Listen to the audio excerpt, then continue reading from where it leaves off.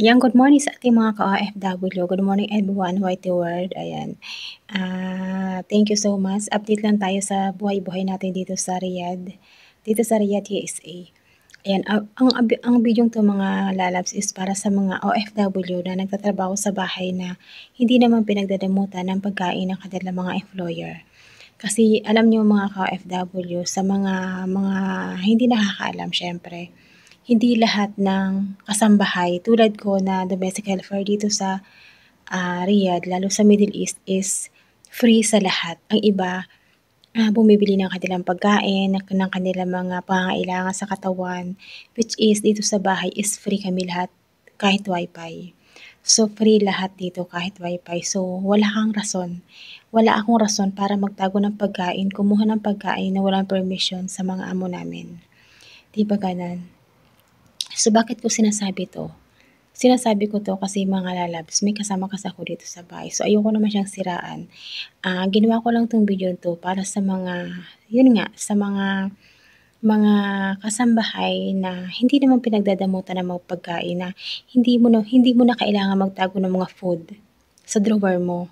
Tapos makikita nila ng amo mo, di ba? So, kasi mga lalabs, ang mga amo natin, tinitingnan niyan ang mga cabinet natin.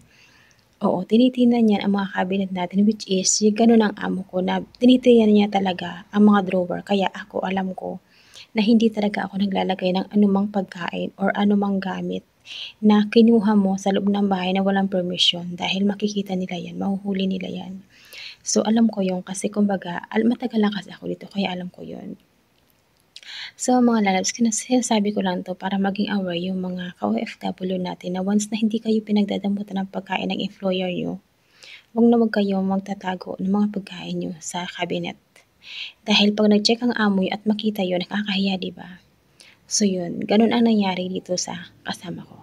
Nakita yung mga tinatago niya sa cabinet na which is hindi naman siya pinagdadamutan na pwede naman niyang kainin. Hindi mo na kailangang ilagay sa cabinet. Di ba? So ganun, wag tayong masyado sa ating mga employer porket free tayo, nagagawa na natin yung mga gusto natin. 'Di ba? Wag ganun. Dahil ano yan, may isip din yan na iisipin din nila na hindi ka na nga pinagdadamutan tapos magtatago ka pa sa ref, 'di ba? Ay magtatago ka pa sa Durabox mo. So hindi ganun.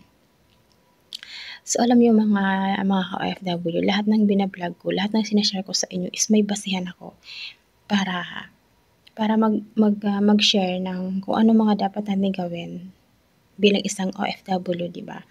Bilang isang OFW na malayo sa ating pamilya na nagtatrabaho tayo dito sa malayo, kaya minsan nabibindang na siguro ang mga utak ng iba kaya kung ano-ano na lang yung mga ginagawa. So ayun, basta paalala ko lang sa ating mga OFW na once na hindi kayo pinagdadamutan ng mga amo nyo, iwasan nyo magtago ng kahit anumang pagkain sa Durabox nyo, di ba? Huwag ganun kasi ang mga employer natin is tinitingnan yan ang mga Durabox natin, chine-check na mga yan. Ganun. So, balik kahapon, ma-share ko lang sa inyo itong mga lalabs to.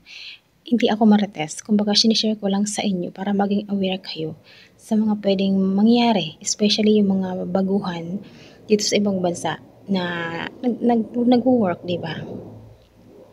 Sa bagay itong kasama ko hindi na siya bago kasi galing na siyang Kuwait. So anyway, dito talaga sa ibang bansa, pag hindi ka sanay sa mga pagkaing medyo, yung mga pagkaing una mo lang nakita, magkaka-interest ka talaga, di ba? Ganun. So, hindi ko na i-detalye kung ano yung mga nakita ng amo ko kahapon sa Durabox ng kasama ko. So, ayokong i-detalye, baka sabihin nyo sobrang marites ko na, di ba? So, hindi ko i-detalye. Basta iwasan natin na magtago ng pagkain sa Durabox natin dahil for sure, makikita yun ng ating mga employer, no? Ng ating madam. Sabi nga nila mga lalabs, no? Kahit free kayo lahat sa free kayo, for example, kahit free kayo, meron ng mga bagay na hindi nyo pwedeng gawin, di ba? May mga pagkain na hindi natin pwedeng kainin na para lang sa mga amo natin.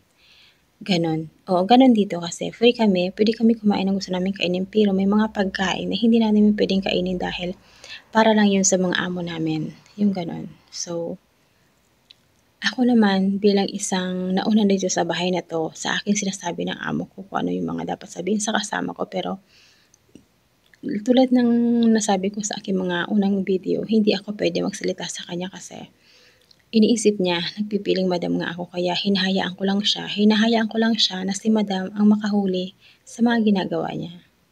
Hinahayaan ko lang siya. Dahil ako naniniwala sa kasabihang ang bulok na prutas ay kusang nalalaglag. Diba? Yung ganun. Kaya kahit anumang gawin natin dito na labag sa rules ng ating mga employer, panigurado, kahit wala magsusumbong yan, makikita at makikita ng ating mga employer yan.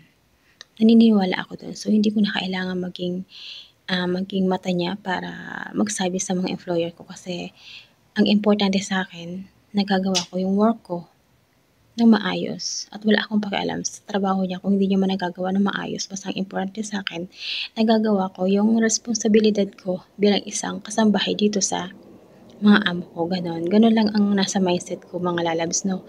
Kasi kung pakikialaman ko siya ng pakikialaman, kung sisitahin ko siya ng sisitahin sa mga ginagawa niya, lagi kami magrarambulan dito. Kaya ako, hindi ko na siya pinapansin, wala akong pakialam sa kanya, kahit anong gawin niya sa buhay niya dito, o kahit anong kainin niya, kahit hindi siya magtrabaho, wala akong pakialam. Basta ako, ang ginagawa ko lang is yung trabaho ko para tamhimik ang buhay ko. Ayoko ma-stress sa kanya. So yun, sa aking mga ka-OFW, yun lang naman ang i-share ko sa inyo mga lalabs, no? Maging aware lang tayo sa mga ginagawa natin and yun ang paalala ko sa lahat na kung free din naman tayo, kung pwede natin kainin yung mga gusto natin kainin, huwag na tayo magtatago ng pagkain sa Durabox. Ayun, ganun lang naman ang gusto kong ipalam sa mga ka-OFW natin.